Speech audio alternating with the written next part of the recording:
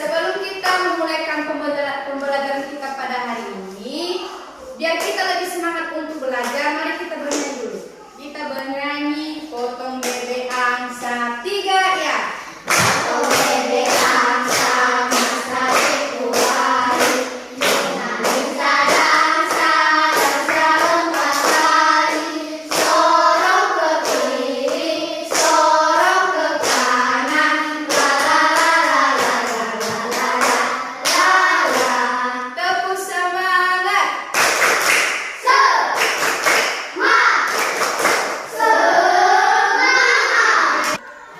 Baik anak-anak ibu, sekarang kita belajar bahasa Indonesia.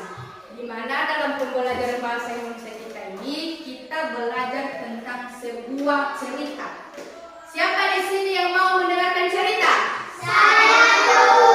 Oke, silakan turunkan tangannya. Baik, ibu akan menceritakan sebuah kisah tentang kancil dan buaya. Siapa di sini yang sudah pernah mendengar tentang kancil dan buaya? Semuanya sudah mendengar cerita itu? Sudah. Baik, ibu akan sekilas menceritakan dan nanti ibu akan memberikan sebuah rekaman video. Nanti kalian pahami rekaman video tentang cerita kancil dan buaya. Di sebuah hutan hiduplah seekor kancil, ada kerbau, ada tupai, dan ada binatang lainnya, termasuk ada buaya. Di suatu hari, kancil sedang berjalan di hutan, di mana dia sedang menelusuri hutan dengan penuh semangat dia. Dia ingin mencari makanan karena si kancil ini lagi lapar dia. Setelah berhenti di tengah hutan, dia mendengar sebuah bunyi yang membuat dia takut. Kancil berkata, siapa itu yang di belakangku? Kancil terdengar heran. Siapa yang mengikutiku? Di saat itu kancil gemetar, takut dia. Dia takut yang mengikuti dia itu adalah pemburu. Setelah takutnya hilang, dia melanjutkan perjalanan. Tiba-tiba dia berhenti lagi karena yang mengikutinya itu tidak berhenti. Kemudian si kancil menoleh ke belakang dan ternyata yang mengikuti dia itu siapa kalau tahu? Kerbau. Jadi yang mengikuti kancil itu adalah kerbau. Jadi dia berkata, ternyata ini kamu kerbau. Saya kira tadi siapa? Jadi setelah mereka bertemu, kembalilah kancil melanjutkan perjalanannya. Di tengah perjalanan, kancil merasa lapar. Dia berkata, di mana ya makanan? Saya sangat lapar ini. Nggak jauh dari tempatnya berhenti, dia melihat sebuah pohon rambutan di depannya. Tetapi di perjalanan antara dia dengan pohon rambutan ada sungai yang besar, di mana sungai itu dipenuhi dengan buaya. Setelah itu, di situ dulu kancil nggak tahu kalau di sungai itu ada buaya. Setelah itu kancil berjalan sampai di pinggir pantai. Dilihatnya buah rambutan itu, oh buah rambutan ini sangat enak. Gimana ya caraku untuk sampai ke seberang sungai? Setelah itu, tiba-tiba datanglah seekor buaya, hop, datang dia. Makanya si kancil, karena kepintaran si kancil, dia bisa menipu si buaya. Katanya gini, oi buaya, jangan makan dulu saya membawa kabar dari Raja Sulaiman kepada kalian. Ditanyalah si buaya, kabar apa itu kancil? Berita apa itu kancil? Dibilang si kancil, Raja Sulaiman mengadakan pesta makan-makan. Kata si buaya, kancil, benarkah itu? Benarkah itu pesta itu yang Anda sampaikan? Kata si kancil, ya benar. Tapi sebelum itu dulu, saya akan menginformasikan kepada Raja Sulaiman berapa ekor kalian di sungai ini. Jadi berbarislah, saya akan menghitung kalian. Setelah itu para buaya berkumpul, mereka berbaris di sungai. 1, 2, 3, 6. Mereka berbaris di sungai. Setelah itu kancil mengatakan kepada buaya, saya akan menghitung kalian. Kemudian kancil naik di punggung buaya, hitungnya dari punggung pertama 1, kemudian punggung kedua 2, dan sampai punggung terakhir, punggung buaya terakhir. dan sampailah kancil di seberang sungai. Setelah itu kancil menyampaikan kepada buaya, "Buaya, saya akan menyampaikan kepada Raja Sulaiman bahwa kalian ada 6 ekor. Setelah itu si kancil pun pergi. Padahal si kancil cuma menipu buaya agar dia bisa sampai ke seberang sungai untuk mengambil makanannya atau buah rambutan tersebut. Sesudah itu datanglah sebuah tupai. Dia menghampiri si buaya. Dilewatkan kepala si buaya. Tap, tap, tap, tap. Setelah itu dia sampai di seberang sungai. Dia mengatakan kepada buaya, "Kalian telah ditipu oleh kancil. Dia sangat pandai." Setelah itu kan buaya berkata, "Oh, berarti kita cuma ditipu oleh si kancil. Kancil terlalu pintar untuk menipu kita." Setelah itu kancil pun setelah siap makan kembali ke pinggir sungai. Datanglah seekor buaya, ditangkapnya kaki si kancil. Enggak dilepasnya, dia berkata kepada si kancil, "Kamu telah menipu kami, kancil. Enggak ada pertemuan, enggak ada pertemuan dari Raja Sulaiman ada acara pesta makanan." Kata si kancil, "Dari siapa kamu dengar itu, buaya?" Kata si buaya, "Dari tupai." Setelah itu lama dia makan tangan si kaki si buaya kancil tadi. Setelah itu kancil lagi memiliki ide. Dia berkata, "Sebentar dulu buaya, cara makan saya. Saya bertanya sama kalian, apakah tubuh seperti saya ini cukup untuk kalian semua?" Buaya yang tadi sudah memakan si kancil, dia berpikir, teman-teman yang lain mereka berpikir, nanti kalau nanti si buaya ini makan si kancil, kita nggak kebagian. Kata si kancil lagi, "Gimana menurut kalian? Apakah tubuhku ini cukup untuk kalian semua?" Kata si kancil yang banyak kan, kata si buaya yang kumpul tadi, "Nggak cukup, nggak cukup." Kancil lagi punya ide di situ. Dia berkata, "Kalau tubuhku ini tidak cukup untuk kalian semua, bisa di sebelah sana ada seekor kerbau. Makanlah kerbau itu karena tubuhku ini tidak cukup untuk kalian." Buaya yang tadi sudah makan kakinya pun melepaskannya dan mengejar si kerbau.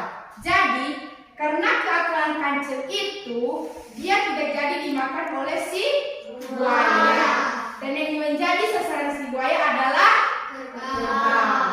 Jadi untuk lebih memahami tentang cerita kancil dan buaya, ibu akan memaparkan sebuah video, tetapi karena memungkinkan cuma HP yang ibu bawa, nggak membawa laptop, jadi siswa-siswi kami mendengarkan dan menyimak nanti video itu, tapi tidak melihat gambar, cuma suara videonya saja. Oke?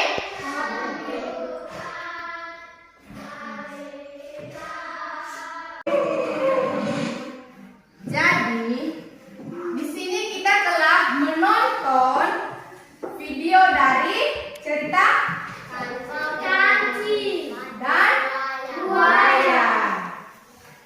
Di cerita ini, ibu atau kita semua dapat menyimpulkan atau mencari menjadi poin penting dari cerita ini, yaitu kita diajarkan untuk lebih berani, lebih tegas dalam menghadapi apapun berbagai rintangan yang kita hadapi. Apapun masalah yang kita hadapi, kita harus cerdas, memiliki akal untuk menyelesaikan permasalahan atau apapun yang menjadi permasalahan kita. Misalnya kan di sini permasalahan kita tentang tugas misalnya. Bukan kasih tugas misalnya, "Oh Bu, tugas ini berat sekali Bu, kami nggak tahu Bu." Jadi kita harus memiliki kepercayaan diri, kita harus semangat. Jangan sebelum kita kerjakan sudah kita katakan, kita ukur, "Oh, saya tidak akan tahu ini, saya tidak akan bisa mengerjakan tugas ini." Padahal sebenarnya kita memiliki kepandaian untuk mengerjakan tugas tersebut. Jadi di cerita kancil ini kita diajarkan untuk memiliki keberanian, memiliki semangat untuk menyelesaikan suatu permasalahan. Yang menjadi juga poin penting dari cerita kancil dan buaya ini, kita jangan terlalu percaya tentang janji-janji manis itu. Contohnya kan si